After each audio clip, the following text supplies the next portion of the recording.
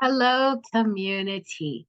On the eve of this first full moon in Capricorn, um, I want to share some really great practice or a really great practice for you to take advantage of this very Cappy Cap energy. Okay.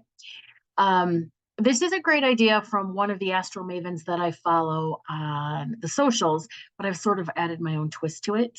So, um, the PowerPath January forecast that is linked in all of the Woo and A posts in this community. I want to share a practice that will help with the theme of that report. And the report or the forecast talks about loose ends. That's what the January energy is bringing us. We have to tie up loose ends. Okay.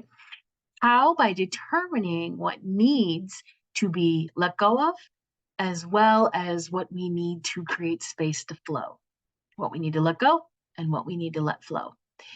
A practice can also be described as a ritual or a ceremony. I just prefer the term practice.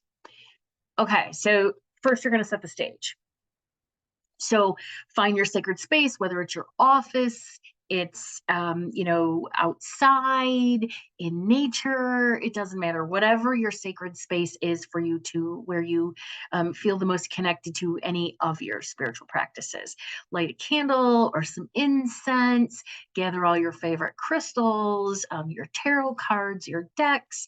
Put on some music. I'm going to recommend 396 or 432 megahertz, maybe with some binaural beats or some subliminal frequencies. 396 and 432 help you connect to your subconscious, your higher self, your higher self a little bit. It just supports that. So open your journal and get a journal. And the first thing you're going to do is you're going to draw a line down the middle of your page. Take a deep breath, engage your higher self, and then you're going to start making two lists. You're going to do this though using automatic writing or channeled writing or stream of consciousness writing. You're just going to let it flow. Okay. Those two lists are one for all of the things that need to be tied up or released. Or, I'm sorry, all the loose ends that need to be tied up, all of the things that need to be released. And another list for all of the things that you need to make space for, all of the things that you want to be your focus in February. Okay. Next thing, once you've created that list and you feel like you've gotten everything out, you're going to take another deep breath, and then you're going to pull two tarot cards. One for the list of things that must go, and another for the list of things that you want to flow. Okay.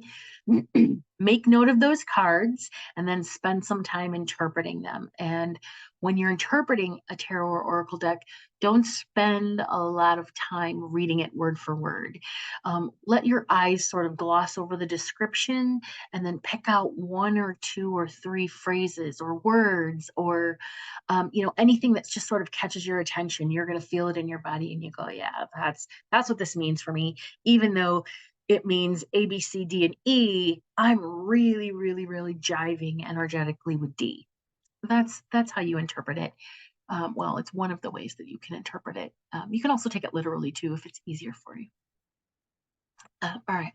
Now, after the 20th, when Pluto moves into Aquarius, there's going to be this new energy that you're going to have to acclimate to, and that's going to take us through February. And then in March, we're going to be wrapping up the first 3 months of the year. And it's the period where we will have experienced the circumstances that sort of create the energy for our primary lessons and growth in 2024. And that's when we begin to build the foundation for our upcoming year. Okay. Now remember, this all happens within the energy of an 8 universal year.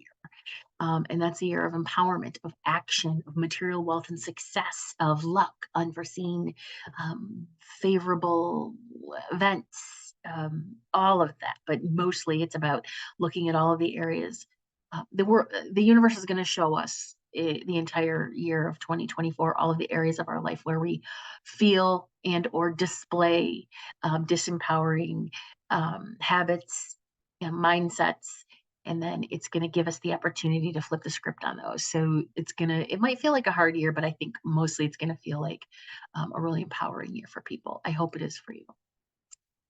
So because we're in an 8 universal year, when that second phase of the universal year energy hits in April, May, and June, this is when we'll be experiencing the lessons or the challenges or the outcomes as a result of our decisions, all the decisions that we made in January, February, and March. Okay.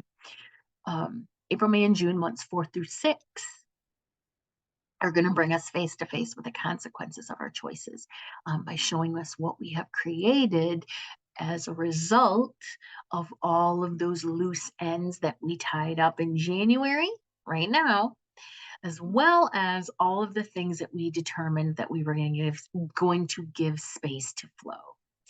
Now, it's important because consequences aren't necessarily a bad thing. Consequences can be the results of the outcomes, the manifestations, all of the things that we've experienced because we tied up all the things this month that just weren't serving us, and we created space for the new to come in and flow. We're in that energy of Pluto in Aquarius. We've had a full moon or a new moon, and we've had a full moon, and there's some pretty cool lunations in February as well, and then we've got some eclipses coming up, so there's a lot. This basically is just sort of a preview of like the next 6 months. So it's a very critical time right now in January, in the next 10 days, during the new moon, before Jupiter goes into Aquarius. We're beginning to build the foundations on which the rest of the year are being built. Okay. So for the next 10 days, while we wait for Pluto to enter Aquarius, again, tie up those loose ends. Allow yourself to plan, be still, meditate, dream. I, for one, am thrilled with this time where not a damn thing is happening. No challenges. It's just very chill and smooth. It could even be boring. I don't care. I'm down for it because it's giving me the time to set some foundational things in place and think, plan, all that stuff. So take advantage of that. If you want more information on Pluto and Aquarius, and I recommend that you find out about as much of it as you can, you find out what house in your birth chart Pluto in Aquarius or Pluto is going to be, because that is going to be the area of your life that is most impacted and transformed. Aquarius, Pluto in Aquarius is very transformative. So definitely learn a little bit more about that. You can also check our Facebook and Instagram feeds, Esoterix Podcast, for some great infographics. And Fiorelli's basically went over a really great episode number 102, where she talked about the generations as defined by Pluto. So we have a lot of information out there about Pluto and Aquarius. We both really love the topic. I'm a little bit obsessed with it right now. And we're going to continue to talk about it for the rest of the year because it is such an amazingly incredible, transformative year. So if you remember, I don't know if I talked about this in what forum I did, but numerology runs on a 9-year cycle. And so it peaks in the 8th year, and then the 9th year is about transformation to prepare us for a 1 year. So we're at a really cool point in our evolution right now on our spiritual journey where we're in an 8 year. We're just stepping into that 8 year. everything's going to peak this year. And then it's going to shift. And then next year, everything that's got to go is going to go. Everything's going to be transformed. And we're going to all be fresh and new for new directions in 2026. So it's a really cool time right now. I'm really, really, really geeked about it. This is my life path, and my purpose is to help others align with their life path and purpose based on your numerology, astrology, and human design. So for me, this is just tons of opportunity to say, let me give you the tools so that you can take advantage of that peak 8 year, so that you'll be prepped for your 9 year of transformation. Next year, I'll help guide you through that transformation. And then the following year, I'll help you find your way into those new opportunities, in new directions. So it's a really cool time. All right, the couple more things. Don't forget to journal and date all of your card pulls this year, all of your new moon and full moon um, card pulls or journaling. Journal and date. It's going to be very, very important because you're going to need this information when you're working with the eclipse energy for the next 12 months.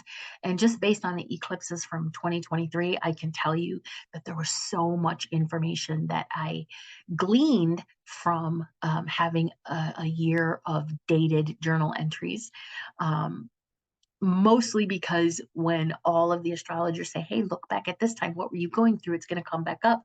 I could actually go back and go, oh my God, yeah, I see that this is coming up, and it's coming up in a different way. And I've moved through that lesson and I've mastered it. But you won't know that unless you keep track of it. So a really good practice to engage in is journaling, even if it's just doing a card pull at every new moon and every full moon, or every major lunation, like you'll want to do eclipses and stuff like that, just to know where you are and what you need to know so you can look back on it. And then finally, drop any questions below. And, if you have some personal insight into something that someone asks, or, use your own expertise. This is a community full of seekers, and everybody, just the diversity of knowledge and expertise and interests in here is really cool. So share your knowledge, freely if you're willing, of course. So drop any questions below, and offer your personal knowledge to any of them that you feel called to. And I thank you for giving me a few minutes of your time. I hope this was helpful. And I will see you guys around the community. Bye bye.